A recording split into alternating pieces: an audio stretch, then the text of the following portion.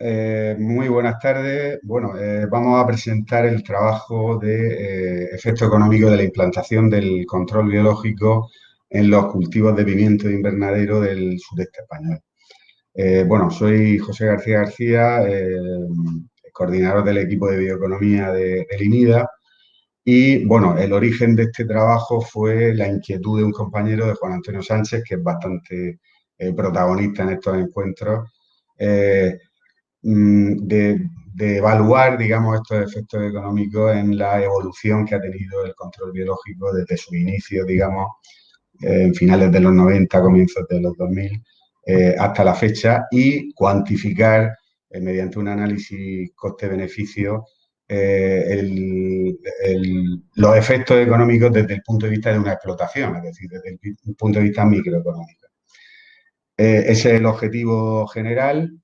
Y en cualquier caso, lo que presentamos, lo que presento ahora es un resumen de un trabajo que saldrá publicado en la revista eh, al hilo de este encuentro y que, por supuesto, pues lleva más detalle y la explicación pues, es más extensa, con lo cual cualquier duda pues, puede quedar mejor resuelta ahí o en preguntas después de la presentación, en cualquier caso.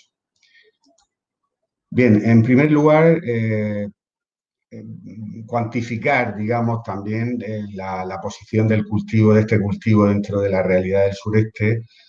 Hablo del sureste porque es un cultivo muy relacionado con el sureste español. Es Almería la primera provincia en superficie y producción con mucha diferencia, como vemos aquí, unas 11.000 hectáreas según datos del Ministerio del 2020.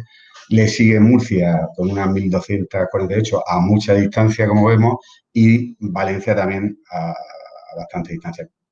Simplemente por indicar eso, que es un cultivo muy zonificado, muy característico del sureste español, y ya centrándonos en la región de Murcia, que es donde hemos realizado, digamos, el análisis económico, pues indicar que también a su vez está muy localizado en la comarca del Campo de Cartagena fundamentalmente. Eh, la, la, superficie ha ido variando, pero en los últimos años ha habido una disminución ligera de superficie, pero en estos últimos 3 años, si vemos la estadística, pues está estable en torno a estas 1.248 que hay en la actualidad. Sí que es muy significativo también indicar el aumento de productividad que se ha dado en la producción de pimiento invernadero en el periodo 2009-2019, en 10-11 años, pues el incremento en la productividad es del 29% y en parte ese incremento se debe bueno, a mejoras tecnológicas en general del proceso productivo y en concreto a estrategias de carácter sanitario y de protección vegetal. En términos económicos, es un cultivo en la región que supone una producción bruta de 110, alrededor de 110 millones de euros por año, y para relativizar esto, pues está en la tercera posición de las hortícolas regionales en cuanto a Producto Bruto Económico, con solo 1.248 hectáreas, pues ocupar la tercera posición indica esta elevadísima productividad que tienen en términos económicos. Y en términos de empleo, pues también es muy importante porque en las áreas donde se asienta, que como hemos dicho están muy localizadas, pues tiene una importancia social muy relevante y es el cuarto en términos de empleo a nivel regional dentro del grupo de hortícolas. El objetivo fundamental del trabajo fue, como ya hemos indicado, evaluar a nivel de explotación digamos, los efectos económicos de las estrategias de control biológico sobre el proceso de producción y al final sobre la actividad económica que supone, ¿no? El sistema de producción no ha cambiado en términos generales en cuanto a marco de plantación, al sistema de fertirrigación mayoritario. Estamos hablando siempre de pimiento en cultivo convencional y todo esto queda descrito en un libro del año 2020, muy reciente, se editó en septiembre-octubre del 2020 y por lo tanto está muy actualizado, en el cual queda escrito el cultivo a nivel regional y ya digo, hay responde a un cultivo, digamos, que no ha cambiado en gran medida en los grandes números, como ya digo, el tipo de invernadero, el sistema de riego, etcétera. Lo que queríamos evaluar era esta evolución, hemos dicho, en la productividad, digamos, técnica y económica. Y por lo tanto hemos barajado, hemos analizado tres escenarios. La producción, digamos, de bajo control químico exclusivamente, que era la que se llevaba a cabo a finales de los 90, comienzos de los 2000. La producción en régimen de control biológico inicial, le hemos llamado, que sería el control biológico de los primeros años, digamos, y el control biológico actual. De esa manera, pues vamos a ver los tres escenarios eh, y la evolución que han tenido en términos económicos, ¿no? En primer lugar, bueno, destacar la información de base para poder hacer el análisis viene de dos fuentes fundamentales. La primera, la más importante, de una cooperativa agrícola, Surinver, que está en Murcia, pero tiene productores, digamos, está en el límite entre Murcia y el sur de Alicante. Y gracias a su equipo técnico, en concreto a Francisco Portó, pues nos han suministrado información de los tres escenarios, digamos, que evaluamos.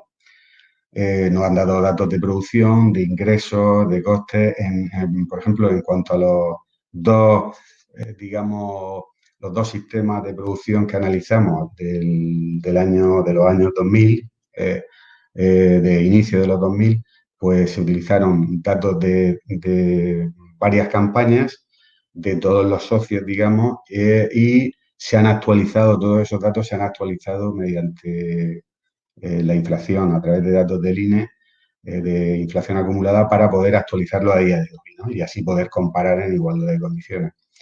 Los datos unitarios actuales, digamos, de la producción actual han sido contrastados de la cooperativa con la bibliografía, con el libro al que he hecho referencia antes, que describe la estructura productiva de costes e ingresos de las explotaciones de pimiento invernadero en la región, que es del año 2020.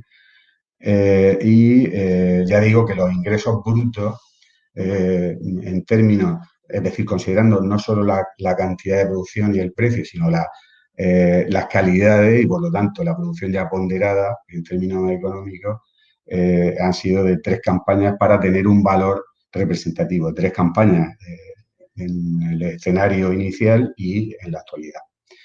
Los indicadores económicos que hemos utilizado son el margen neto como un indicador son indicadores que se utilizan a nivel de ministerio y que están muy extendidos, ¿no? El primero evalúa la viabilidad de la actividad productiva y, por lo tanto, de un margen eh, positivo o negativo, según el caso, y el margen neto coste total como un indicador ya relativo, un indicador de rentabilidad de la actividad. La estructura de costes que hemos utilizado es la que viene reflejada en el libro al que he hecho referencia, que se ha contrastado y se ha verificado que responde a la realidad actual y digamos que se ha utilizado para dejar fijados los valores de las partidas contables que no tienen, que no varían, digamos, con la estrategia seguida, y solo se han variado aquellas sobre las que sí que hay una variación, como la propia estrategia de control de protección vegetal, como la producción bruta, las calidades y, por lo tanto, el Producto Bruto Económico resultante, ponderado, como llamaba antes, ¿no?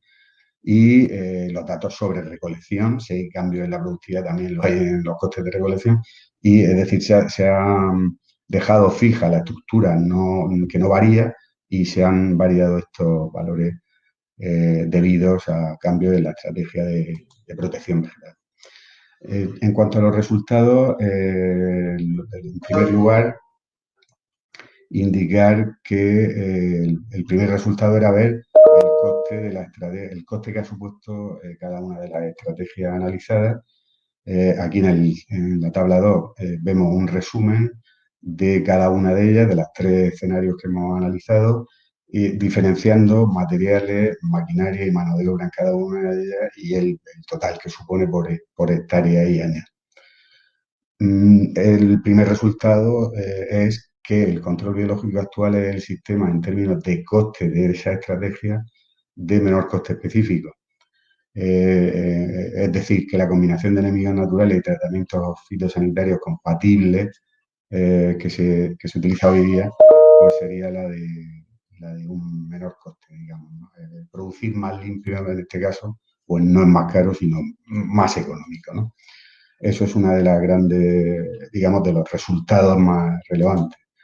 Del mismo modo ya, actuando sobre la estructura productiva de ingresos y costes, se comprueba fácilmente que hay una diferencia en costes debido a esta estructura de protección vegetal y en la recolección en función del producto bruto, pero que la gran diferencia está más bien en el producto bruto ponderado, es decir, en la cantidad de producción y de calidades y por lo tanto en el producto bruto económico, ya ponderado por cantidad y por calidad, digamos, ¿no? Con el control biológico actual, con menos derivación a destrío e industria debido al efecto de la presencia de virosis y de cuestiones de carácter de sanidad vegetal, ¿no?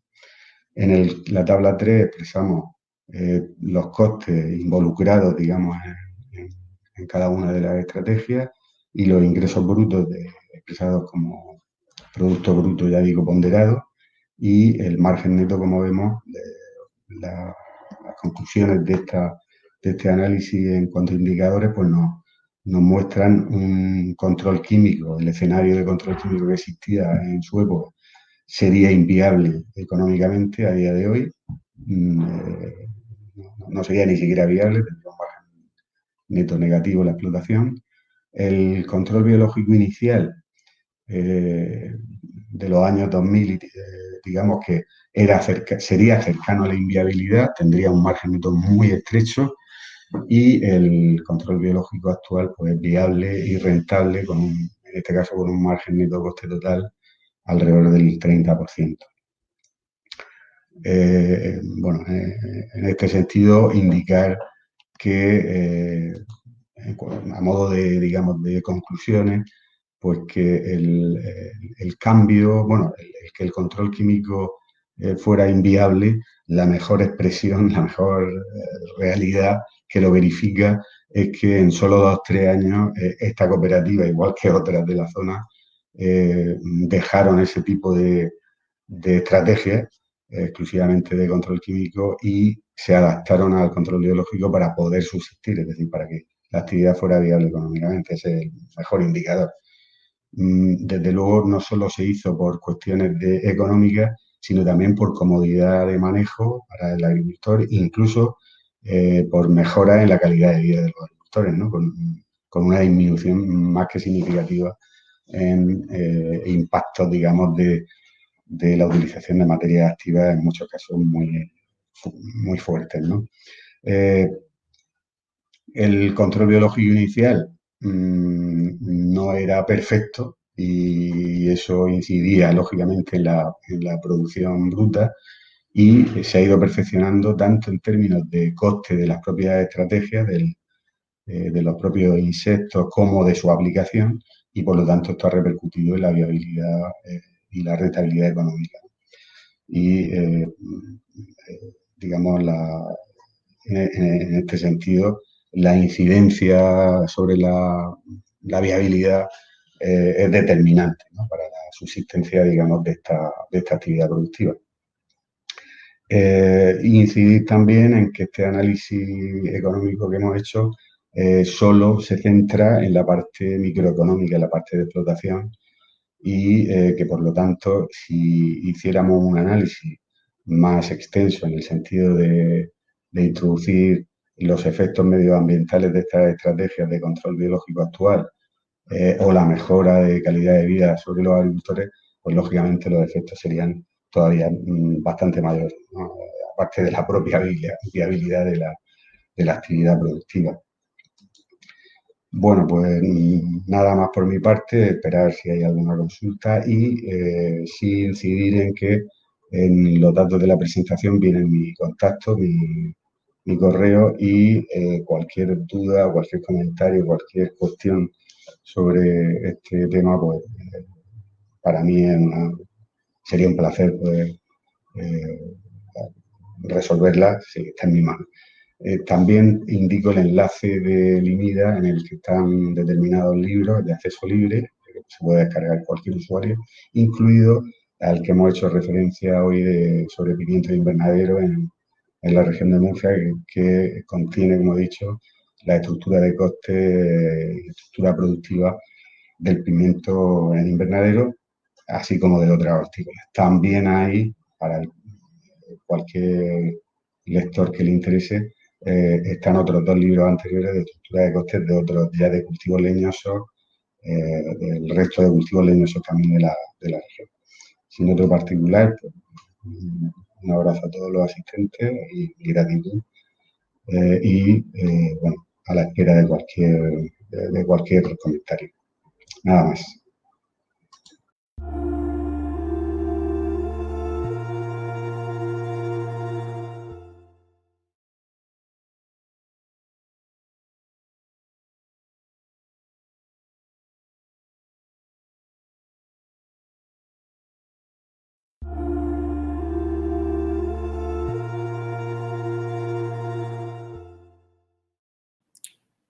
Buenas tardes, mi nombre es Pablo González, soy el jefe de servicio de sanidad vegetal de la región de Murcia y en primer lugar quería daros a todos la bienvenida a este evento que creo que es de una gran importancia a nivel internacional y agradecer a Fitoma la invitación que ha realizado a nuestro servicio.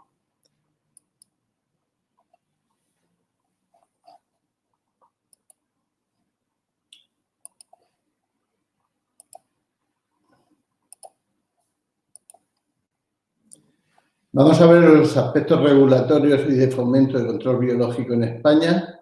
En primer lugar, vamos a analizar cuál fue la situación hace 25 años.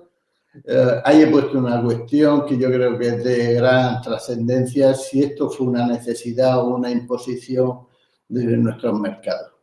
Las estrategias fitosanitarias hace 25 años pues se fundamentaban en el control químico. Hubo un problema de eliminación de sustancias activas debido a la aparición del programa de revisión de sustancias activas a nivel comunitario. Aparecieron nuevos organismos fitosanitarios como fueron nuevos organismos nocivos, como fue el caso de Bemisia y de Franquinilla accidentales, y la reiteración de estas sustancias activas provocó unos problemas fuertes de resistencia y con ello pues unos problemas de control muy preocupantes por nuestros agricultores. Por otro lado, también hubo un cambio de orientación productiva, nuestros mercados se internacionaron, hubo un incremento de las exportaciones, apareció la primera normativa a nivel europeo que armonizaba los límites máximos de riesgo con valores armonizados en toda la Unión Europea que dieron lugar a problemas de alguna alerta sanitaria y se incrementaron las exigencias de los mercados, apareciendo lo que se llamaban los estándares secundarios. Toda esta situación provocó un cambio en las estrategias fitosanitarias. ¿Qué motivó el éxito desde nuestro punto de vista del control biológico en la región de Murcia y en el sureste español?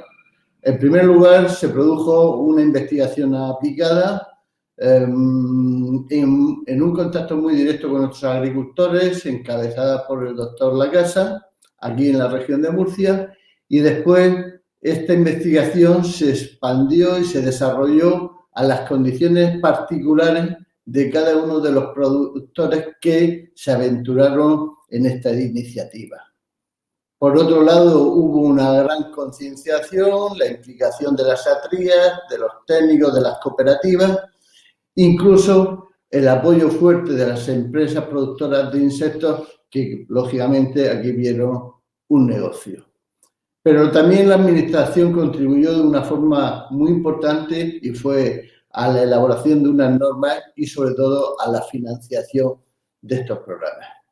Por lo tanto, era importantísimo disponer de un marco regulatorio. Así, en el año 2002 aparece la primera norma donde ya se habla de control biológico, que es el Real Decreto 1201, que regulaba la producción integrada de los productos agrícolas. Aquí quiero decir que la producción integrada prácticamente ha sido barrida de nuestro territorio, salvo en alguna comunidad autónoma, y ha tenido muy poco ha sido muy mal acogida por la Comisión Europea.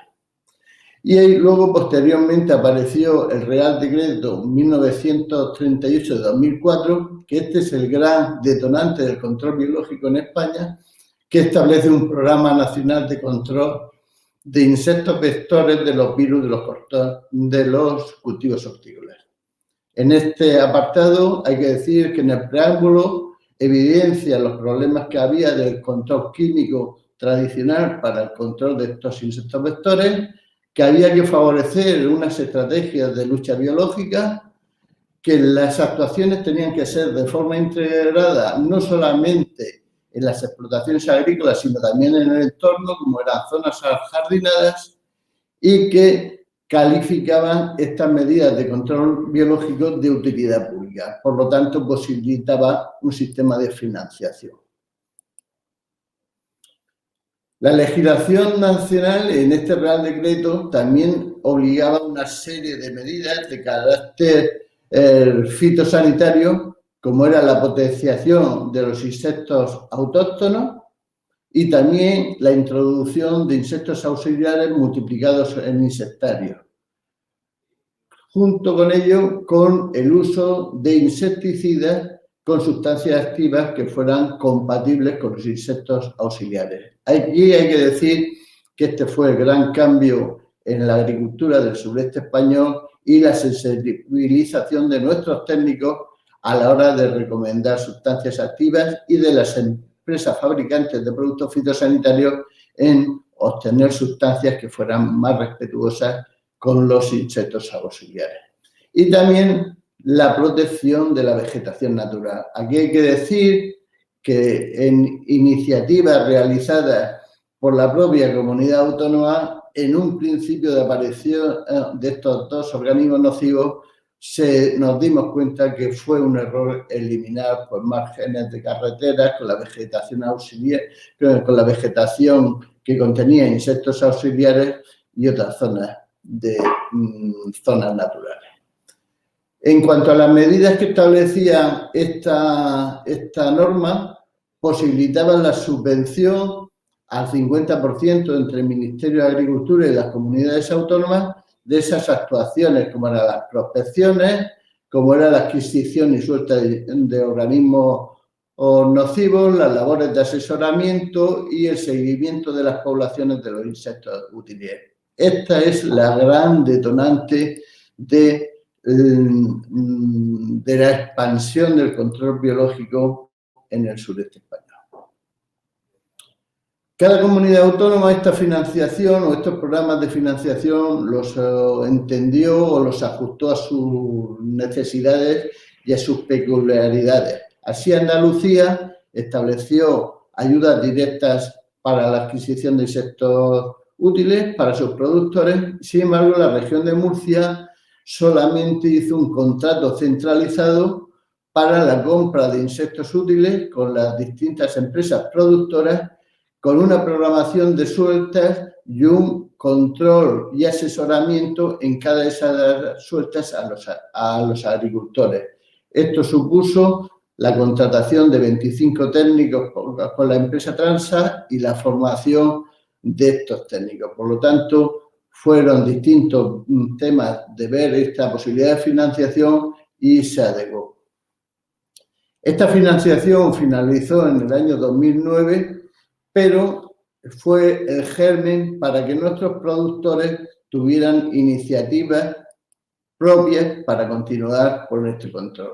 Así, la región de Murcia estableció un programa, que a mí me gusta su definición, que se llamaba Agricultura Limpia, que desde el año 2007 a 2013 tenía previsto una inversión de 40 millones de euros, que finalizaba en 2013, y como año de mayor gasto se cifró en 2008 con 7 millones de euros de financiación, en el cual se liberaron más de 260 millones de insectos útiles y se instalaron más de 5,6 millones de difusores y trampas.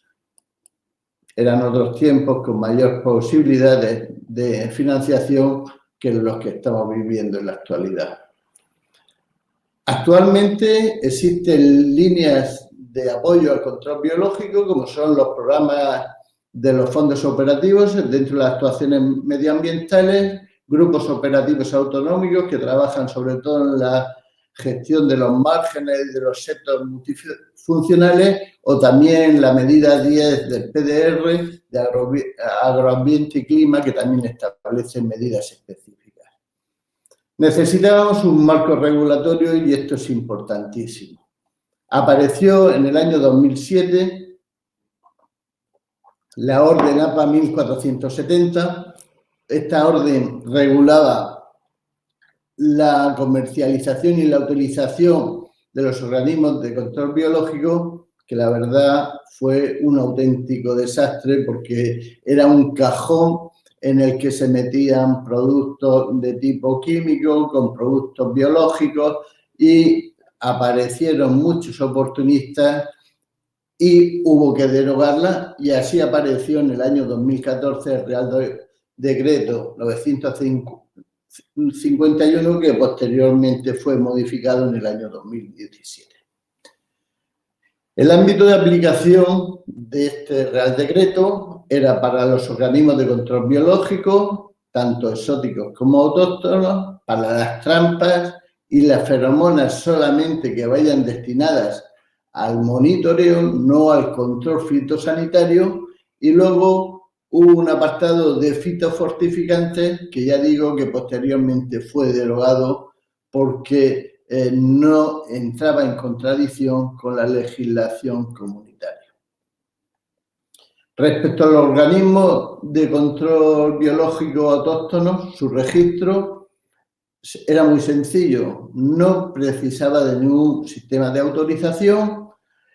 El fabricante presentaba una comunicación de comercialización y directamente desde el mismo día, sin esperar autorización, ni ensayos, ni informes, pasaba a comercializarlos directamente. Respecto a los exóticos, aquí sí que hacía falta un sistema de autorización, no podían comercializarse directamente y necesitan de un informe positivo del Ministerio de Transición Ecológica. Incluso, en algunos casos, es preciso la realización de ensayos en zonas restringidas. Por lo tanto, aquí sí que había un sistema de autorización respecto que los diferenciaba de los organismos de control autóctonos. Otras obligaciones respecto a la comercialización y utilización de los organismos de control biológico, hay que decir que las empresas que producen o comercializan estos organismos de control biológico tienen que estar inscritas en el registro, en el ROPO, en la sección de fabricantes o de comerciantes, y por lo tanto es una obligación para tener que fabricarlos, mejor dicho, criarlos y comercializarlos. Pero, sin embargo, están exentos de llevar un registro de transacciones comerciales, cosa que es poco entendible porque nos daría o nos da una idea de la evolución de nuestros productores hacia técnicas que no sean basadas en el control químico. Los productores tienen la obligación, sin embargo, de anotarlo en el cuaderno de campo, ya que es una intervención fitosanitaria y todas las intervenciones fitosanitarias tienen que estar avaladas por un asesor y registradas. Esto es muy importante que estén porque deberían ser tenidos en cuenta para los famosos indicadores de riesgo armonizados que están establecidos por la Comisión Europea para justificar que se está realizando una gestión integrada de plagas, cuando en la actualidad no se tienen en cuenta. Para concluir, quiero decir que todo esto no ha sido de color verde o de color rosa, esta evolución de nuestros productores. Ha sido precisa una continua adaptación. Estamos trabajando con un sistema vivo donde hay desplazamiento de poblaciones, nuevos individuos que ocupan ese espacio que han dejado otros y, por lo tanto, es un sistema que está en continua readaptación. Implica un mayor asesoramiento y un asesoramiento más especializado, con un mayor coste incluso, y es imprescindible la confianza en el sistema de nuestros técnicos y de nuestros productores para que en aquellos momentos de crisis que se producen, pues sepa tener la confianza del funcionamiento de este sistema de producción. La eliminación de las aplicaciones fitosanitarias que se logra con el control biológico o la reducción de las mismas ha dado lugar a la aparición, a la entrada de nuevos organismos, o mejor dicho, de plagas emergentes que estaban instauradas en el cultivo, pero no llegaban a alcanzar un umbral que fuera, desde el punto de vista económico, destacable. Incluso ha habido problemas de rechazo de exportaciones, pues por ejemplo, me acuerdo de casos como es Sudáfrica, como es de la República Popular China, por la presencia de insectos útiles, en concreto de fitoseidos. Y cuando se les ha explicado que era un control biológico, nos han dicho que daba lo mismo, que no lo admitían. Y este sistema no puede ir asociado al uso de productos fitosanitarios no registrados, aunque sean naturales. Todo sistema tiene que ser legal y, por lo tanto, amparado en el uso de productos registrados. Solamente agradeceros vuestra atención, y es un sistema que, como le dije al doctor Lacasa, vino para quedarse, pero al cual tenemos que cuidar a través de una investigación continua y la colaboración y concienciación del sector, como está siendo. Y ya quedo para vuestras preguntas en la mesa redonda. Gracias a todos y espero que estén todos bien. Saludos.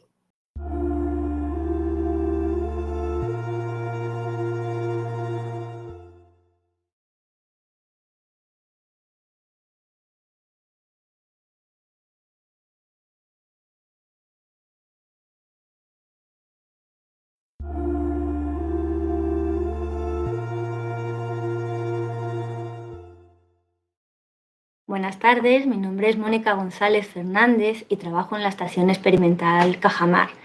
Quiero antes que nada agradecer a la organización la invitación a participar en este importante evento que pone de manifiesto el papel que ha tenido el control biológico en el desarrollo del cultivo de pimiento en el sudeste de España.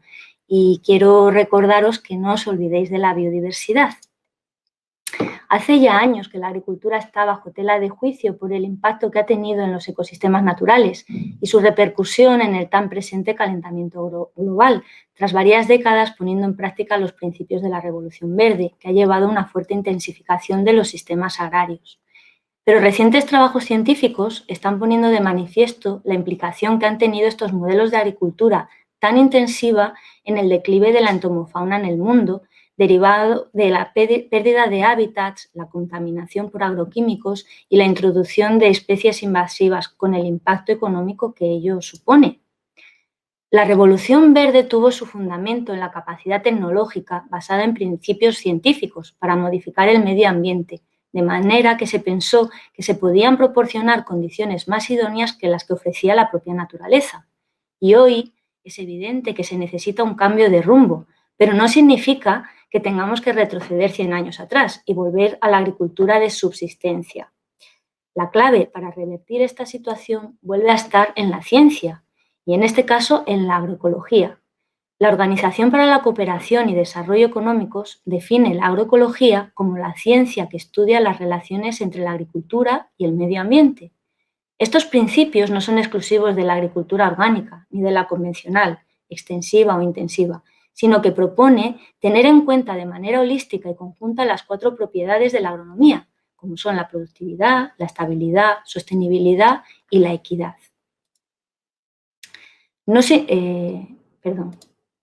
Los principios de la agroecología se deben de aplicar de manera que seamos capaces de alcanzar una mayor intensificación ecológica, es decir, se trata de aumentar la productividad con mínimos impactos negativos sobre el medio ambiente, mediante un uso más racional de los recursos.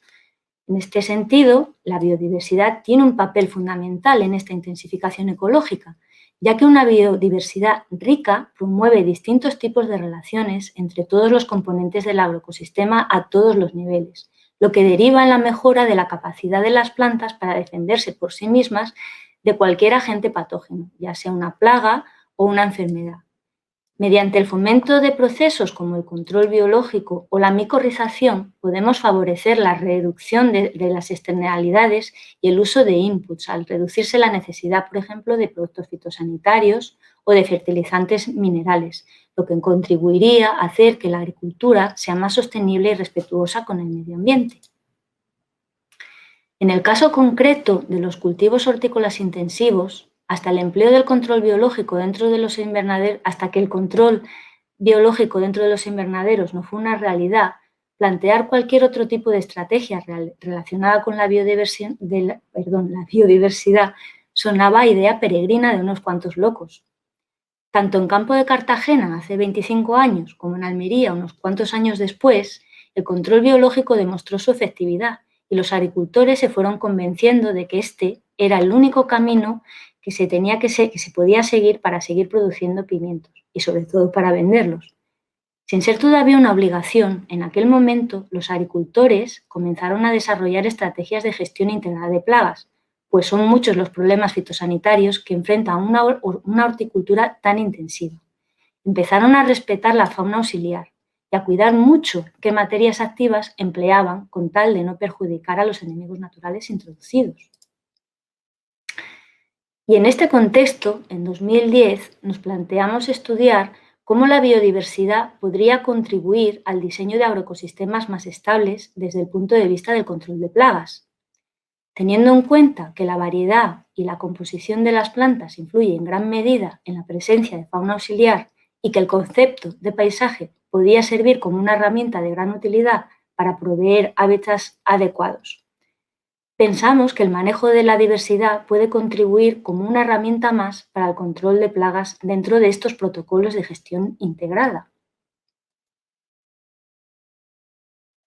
El primer paso fue seleccionar qué plantas autóctonas de nuestra flora mediterránea podrían contribuir a conformar setos en el entorno de los invernaderos. Para ello se consideraron criterios relacionados con su facilidad de manejo y compatibilidad con el trabajo en el invernadero. La disponibilidad de espacio, por ejemplo, el porte de la planta, la disponibilidad comercial, porque el establecer setos no quiere decir que el agricultor se tenga que convertir en un jardinero. Por eso no le pueden dar más trabajo del que ya tiene. Era importante que las plantas que se emplearan no fueran reservorio de los virus de las plantas cultivadas, es decir, de nuestros cultivos. Y también era interesante buscar características deseables para atraer a la fauna auxiliar, es decir, había que tener en cuenta pues, las fechas de floración, color de la flor, la estructura de estas flores, es decir, su accesibilidad a la fauna auxiliar, la estructura de la planta. Con todos estos criterios se evaluaron más de 70 arbustos autóctonos y finalmente se seleccionaron 28 especies de 18 familias botánicas distintas.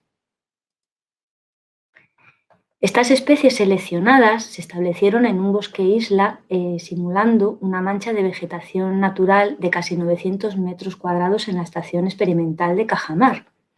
Esta infraestructura ecológica, este bosque isla, se estableció en 2010. Y esta vegetación se dejó evolucionar durante 2 años hasta que la mayor parte de las especies alcanzaron su tamaño final. Para caracterizar qué artrópodos se asocian a cada especie y en qué época del año y qué tipo de recursos estaban buscando, se procedió al muestreo de la parte aérea de cada planta con un aspirador entomológico, especie por especie, una vez al mes entre junio de 2012 y junio de 2013. La limpieza y determinación taxonómica de todas las muestras generadas fue un trabajo muy laborioso, pero muy interesante también, pues a pesar de que ya se habían llevado a cabo algunos estudios en este campo, ninguno había realizado una evaluación tan exhaustiva y rigurosa de los artrópodos asociados a un número tan elevado de plantas arbustivas durante un periodo de tiempo tan prolongado. Pero quizás otro aspecto relevante de este trabajo fue que se trató de interpretar el uso que podían hacer también las plagas de estos setos, y se consideró que este conocimiento era preciso dada la fuerte presión de plagas derivada de años de intensificación y simplificación del entorno.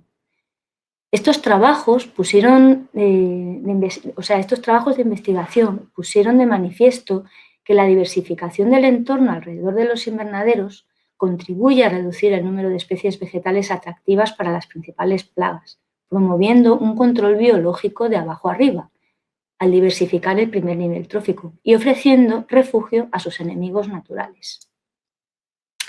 Y se concluyó que el incremento de la biodiversidad es una buena estrategia para el control de trips y de mosca blanca, ya que el daño potencial que pueden producir es mucho menor que el papel beneficioso que tienen estas infraestructuras ecológicas como fuente de alimento y refugio para soportar y mantener poblaciones de fauna auxiliar beneficiosa, que van a proteger nuestro cultivo. Sin embargo, aunque son muchos los trabajos que ponen de manifiesto el papel de la biodiversidad en la mejora de la regulación natural de las plagas, pocos son los que pueden demostrar la funcionalidad de estos setos. Y por ello, actualmente, y en el marco GeoIdeas, implementación de desarrollos ecológicos para una agricultura sostenible, que se trata de un proyecto innovador enmarcado en la convocatoria de grupos operativos supraautonómicos, estamos estudiando la funcionalidad de los setos, con el objetivo de evaluar el verdadero papel que pueden tener en la reducción de la presión de plagas en los cultivos. Estos trabajos están en curso, por lo que aún no podemos presentar resultados del todo concluyentes, pero resultados preliminares de ensayos con plantas centinela llevados a cabo en Almería en 3 ubicaciones distintas, en tres ubicaciones distintas con setos maduros y sin setos, apuntan un efecto interesante en la reducción de la presión de plagas en las zonas con seto, así como un efecto significativo del paisaje en la magnitud del efecto seto. Es decir, en zonas en las que el paisaje es más diverso, parece menos relevante el papel de los setos, pues en estos paisajes la fauna auxiliar nativa es más presente. Sin embargo, en zonas donde el paisaje es mucho más simple y simplificado, sí se ha observado un efecto muy positivo al establecer setos en cuanto a la presencia de fauna auxiliar y el control de estas plagas. Algo más de 10 años después, podemos afirmar que hemos logrado que los agricultores ya hablen de biodiversidad y que tengan en cuenta el establecimiento de setos e islas de biodiversidad tanto fuera como dentro de sus invernaderos. Y esto ha marcado un hito importante, pues desde hace muchos años, su premisa, es decir, la premisa del agricultor, era tener los linderos de los invernaderos totalmente libres de cualquier tipo de vegetación. Eso es lo que desde siempre se les había dicho. Por tanto, lo primero era cambiar un poquito la percepción del agricultor. El éxito de este tipo de estrategias de control biológico por conservación radica en que se adopten a gran escala, que se establezcan y se interconecten entre sí y con manchas de vegetación natural bien conservadas el mayor número de setos. Y por ello, y para ello, es fundamental contar con el agricultor. La clave para alcanzar este cambio de mentalidad, por supuesto, fue la intensa labor de divulgación llevada a cabo desde el inicio de estos trabajos. Así, además de la divulgación a través de charlas, seminarios, talleres y visitas, podemos decir que el acierto fue el desarrollo de la aplicación Planten, Plantas y Enemigos Naturales, que nos ha permitido llegar a un mayor número de agricultores y ampliar nuestro radio de acción. Esta aplicación es gratuita y está disponible para cualquiera que la quiera consultar, y en ella se reflejan todos los resultados de esos trabajos de investigación que he hablado anteriormente. Pero ahora el reto es apoyar a estos agricultores en la toma de decisiones para diseñar los setos más adecuados y adaptados a sus necesidades, ya que el diseño de un seto funcional destinado a albergar fauna auxiliar beneficiosa es una labor compleja que depende de muchísimos factores. Cuando se diseña una infraestructura ecológica, en este caso setos, hay que intentar restablecer el hábitat perdido. No se trata tan solo de un seto estético o de jardinería. A la hora de combinar las especies a emplear, lo primero que hay que tener en cuenta es la disponibilidad de espacio que se tiene. Según este espacio, podremos contar con un tipo de plantas u otras, según su porte. Cuando se tiene claro qué tipo de plantas puedo emplear, de entre esas se escogerá en función de la fauna auxiliar que alberga, y eso a su vez dependerá de cuáles son las principales plagas que considere el usuario. No solo es importante el cultivo que tenga, sino las plagas que para él sean importantes. Hay que tener en cuenta también el calendario de floración de las plantas que vayas a emplear en cada seto para asegurarte de que hay flor a lo largo de todo el año. Según el tipo de plantas que vayamos a emplear, es muy importante también la manera de combinarlas en el seto.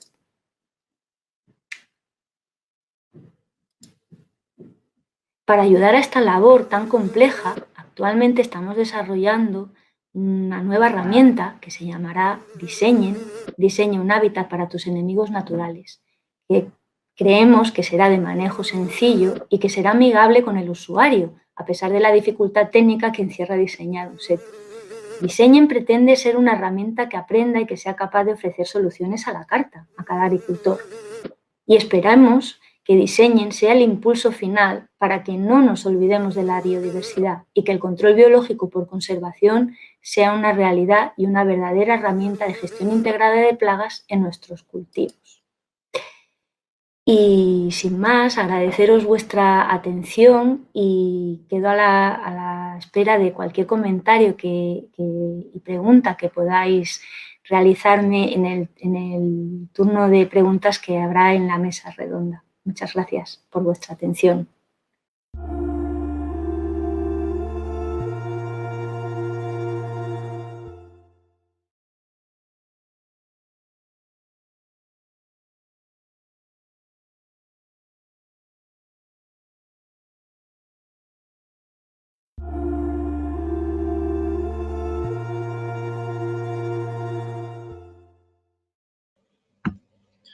Hola, buenas tardes. Mi nombre es Jorge Sánchez y en primer lugar queremos agradecer a Fitoma la posibilidad que nos ha brindado de participar de este seminario y de aportar las experiencias y los conocimientos que hemos ido adquiriendo en relación al tema que vamos a tratar. Bueno, como cualquier otra comunicación, lo primero indicar que el trabajo que aquí se presenta no lo he desarrollado yo en solitario, sino que ha participado también Eduardo Crisol y Rosa García, que pertenecen a Coexpal de Almería.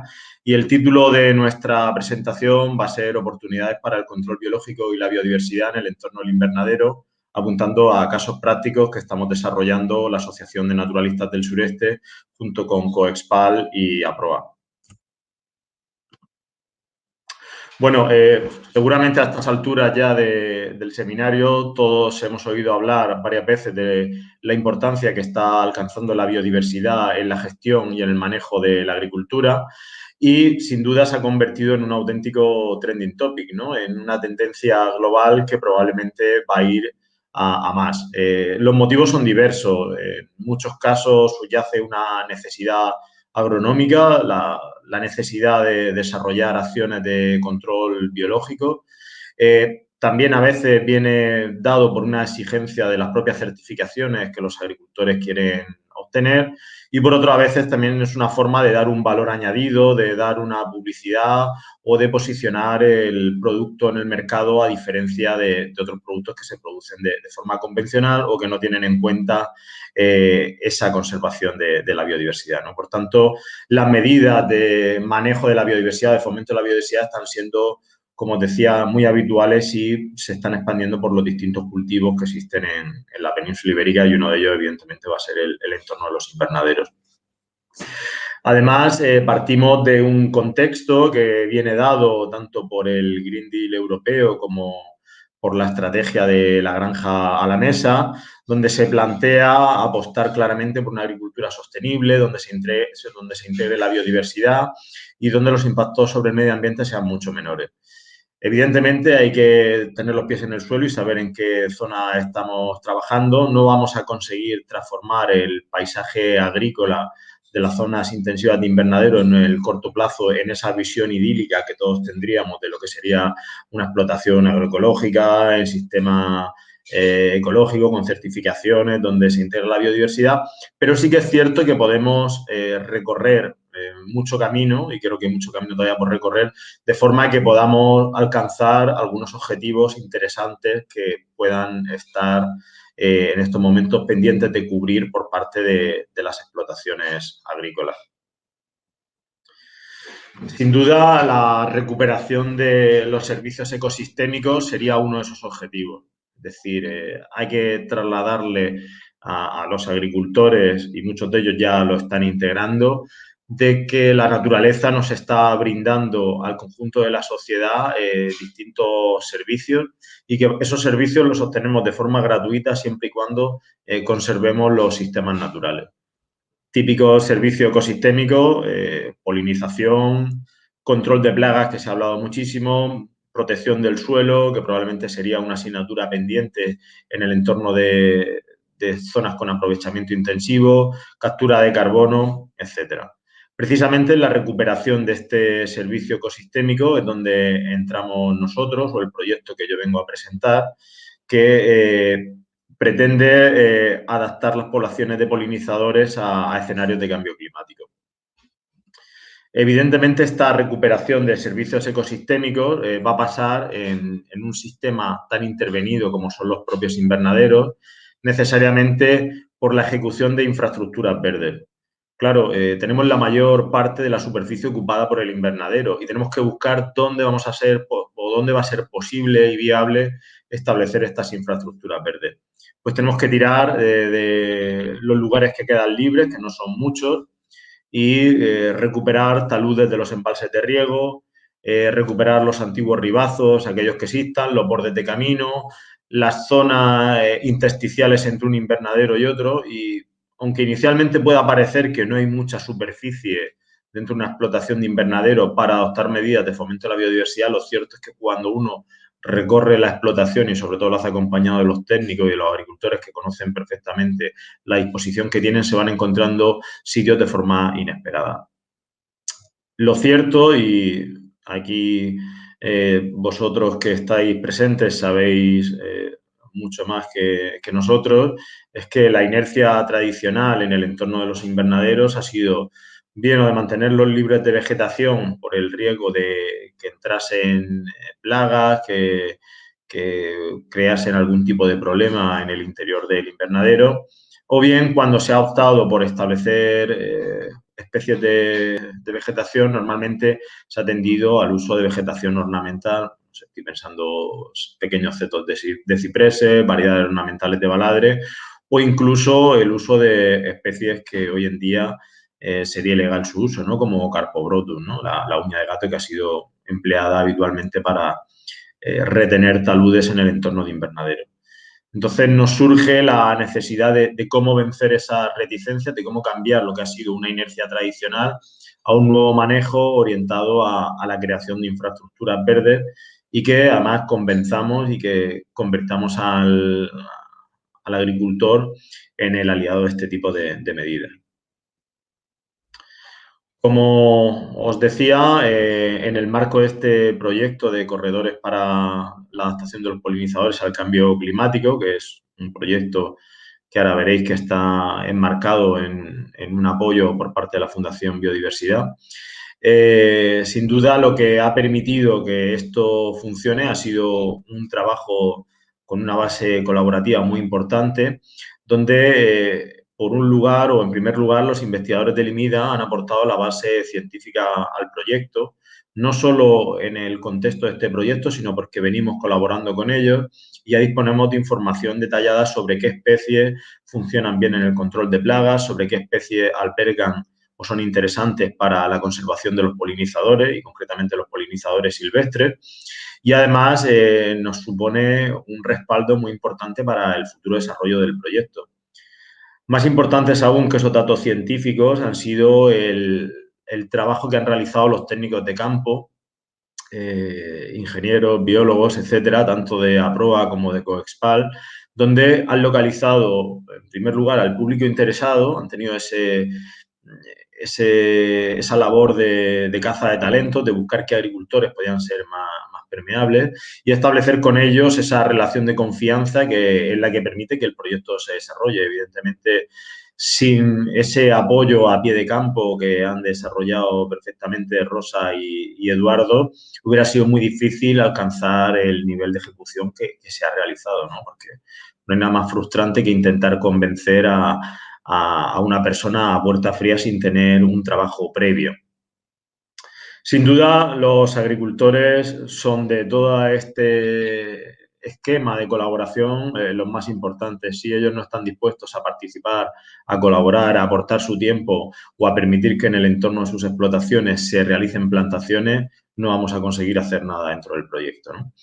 Y luego, quizás los menos importantes somos las ONG, como en mi caso, que, como decía, venía de la Asociación de Naturalistas del Sureste, donde, si bien somos los menos importantes, quizás somos los que conseguimos que al final termine de funcionar todo este armazón, ¿no?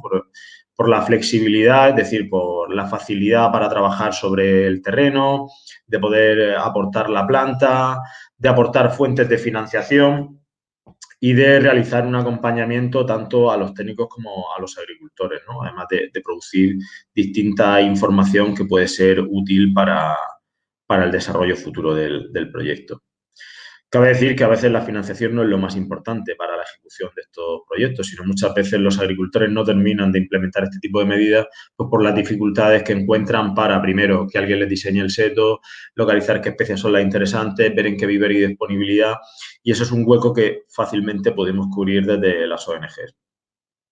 Bueno, como os decía, partimos de una base científico-técnica, ¿vale? Aquí tenéis distintos manuales que en el artículo aparecerán los enlaces para que lo descarguéis y en todos ellos hay información que ha sido elaborada bien con el grupo de investigación de Servicio de Control Biológico y Servicios Ecosistémicos del IMIDA como con el CEBAC-CSIC, donde aparecen distintos tipos de medidas o de acciones de conservación en el entorno de explotaciones agrícolas, incluyendo en algunos casos información muy útil sobre plantas hospedadoras de fauna útil o de polinizadores, ¿no? Con lo cual ya estamos empezando a poder disponer de un mejor ajuste de los diseños cuando planteamos estos en el entorno de los invernaderos. Bueno, además se dispone de una recopilación muy amplia de información científico-técnica, aparte de esos manuales que tenéis adelante. Colaboramos en otro grupo operativo en el que participa o que coordina FECOAN y en el que participa gente de Almería, de Las Palmerillas y también del otro centro de investigación.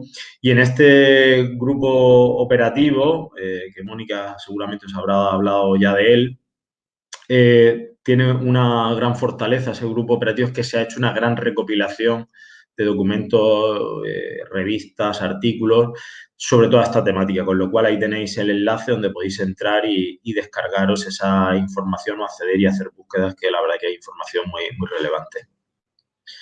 Bueno, como os comentaba, en concreto en Almería hemos desarrollado parte de una de las acciones de un proyecto más amplio de corredores para los polinizadores, que se trata de un proyecto financiado que cuenta con el apoyo de la Fundación Biodiversidad, del Ministerio para la Transición Ecológica y el Reto Demográfico, así como de dos empresas que se dedican a la comercialización de alimentación ecológica, Ecomili y Naturgreen. Los compañeros de Almería, en el marco de otro proyecto, de ahí los bichos, realizaron encuestas entre casi 700 agricultores y fijaos que el 21% ya habían establecido algunos setos lineales en el entorno de sus invernaderos y un 17% adicional estaban pensando en hacerlos en el futuro. Es decir, que estamos casi en un nivel de aceptación casi del 50%, ¿vale? Es decir, ¿qué nos falta para conseguir que esta gente dé el paso y establezca estos setos? Pues ha sido un poco lo que hemos pretendido hacer, es decir, facilitarles todo, entregarles la planta a mano, realizarles el diseño, que tengan un asesoramiento, que tengan una supervisión y que ellos se encontrasen cómodos y seguros realizando esa intervención. Fijaos que los resultados los tenéis aquí, han participado 2 cooperativas, Costa de Níjar e Indasol, con 22 explotaciones y en esas 22 explotaciones hemos utilizado 21 especies de flora silvestres diferentes. El resultado es que hemos establecido 3 kilómetros de seto, están muchos de ellos muy recientemente establecidos, algunos de ellos pocas semanas. Aquí tenéis una foto donde el equipo técnico de campo, el agricultor y el personal de la ONG estamos trabajando conjuntamente para establecer ese seto, es decir, que se ha establecido una colaboración a todos los niveles, no solo de cara a la ejecución del seto, sino también en cuanto a la ejecución y plantación de estos mismos setos en el entorno de los invernaderos.